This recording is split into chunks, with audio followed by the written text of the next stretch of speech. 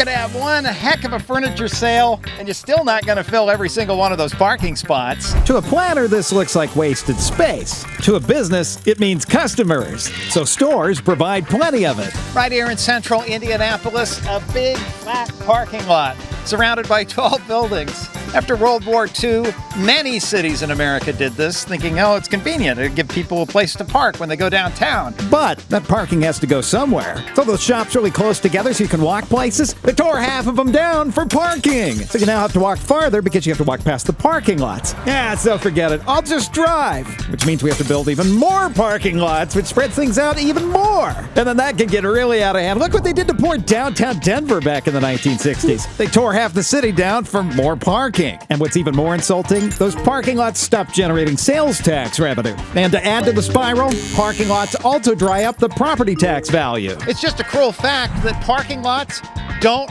make money, at least not for the city.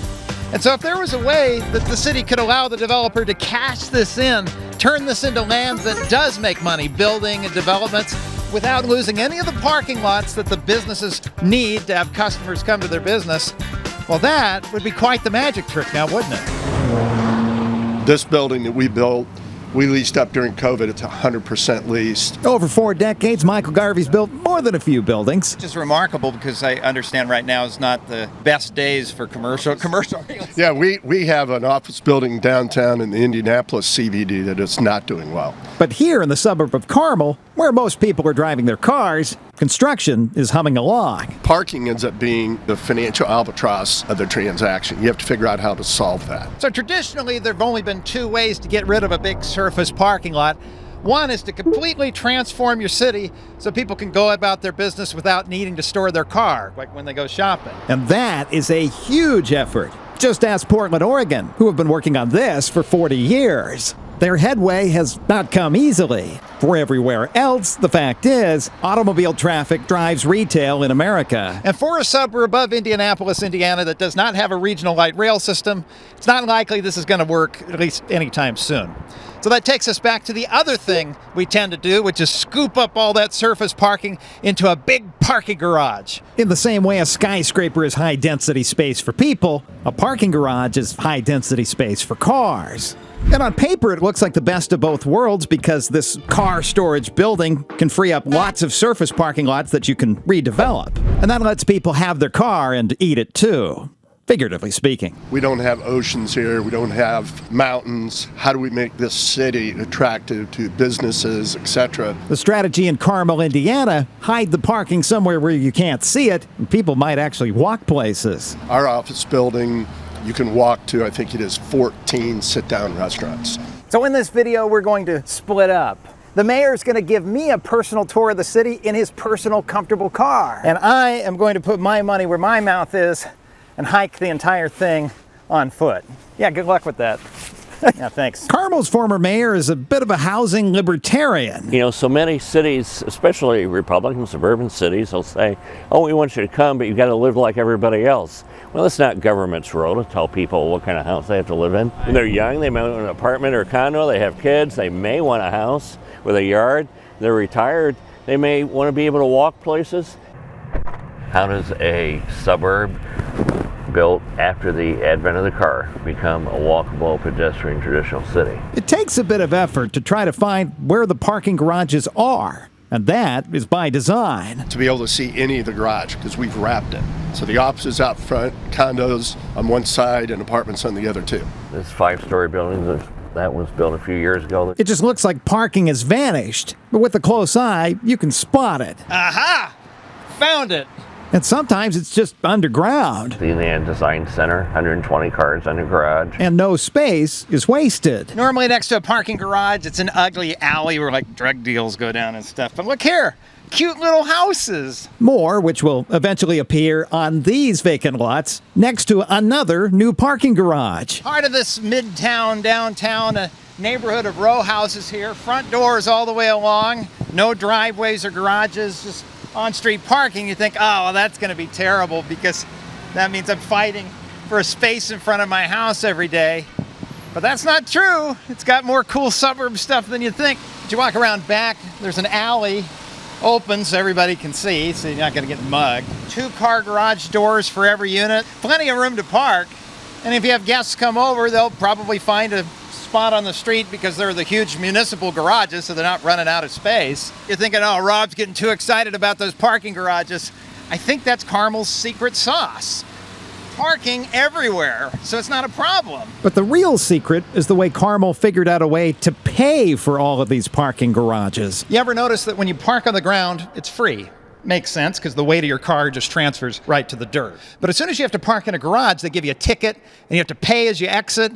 Well, that's because this thing's so expensive with all the columns and beams and everything. They're literally building a building strong enough to hold a vehicle up in the air. To store your car in a garage like this one costs $50,000 per parking space. And that's on the cheap end. Subterranean is incredibly expensive, probably 30 to 50% more per space, because you have to ventilate them, etc. In a downtown area like Indianapolis, you have all those high-rise buildings full of people who are potential customers who may be willing to pay for a parking spot to help pay off the garage. But in suburbs like Carmel, you just don't have that many customers. That's why you don't see more parking garages in the suburbs. Okay, so imagine 2 big box stores want to open new locations in your suburb, and one wants to be responsible. Use less land, put all that parking in a garage. Well, to pay for it, they either need to charge you to park there or raise their prices on the shelf. And that's just not going to compete with the other store that slapped pavement on top of a field and made parking free. That's how we wind up with every building in every suburb having big parking lots spreading the town out. But what if there was a way to get the parking garage basically for free? This video is not sponsored by Garbage Box. Algorithm-curated garbage delivered straight to your doorstep every single day, whether you want it or not.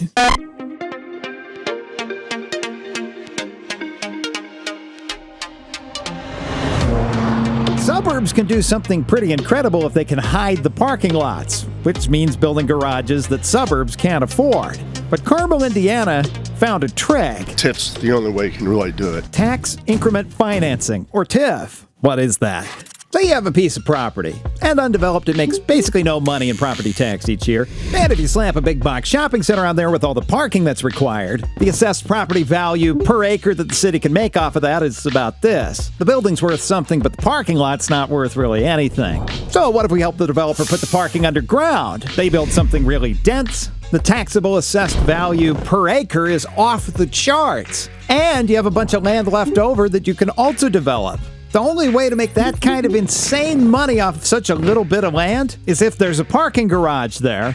So what if we took the difference in property tax, take the money we'd get after the new development and the parking garage are done, and use it to pay off the parking garage over 30 years. And then after that, the city is making crazy high taxes, basically forever, which is only possible because we built the parking garage, which we paid for, using the first 30 years of taxes. You still with me here?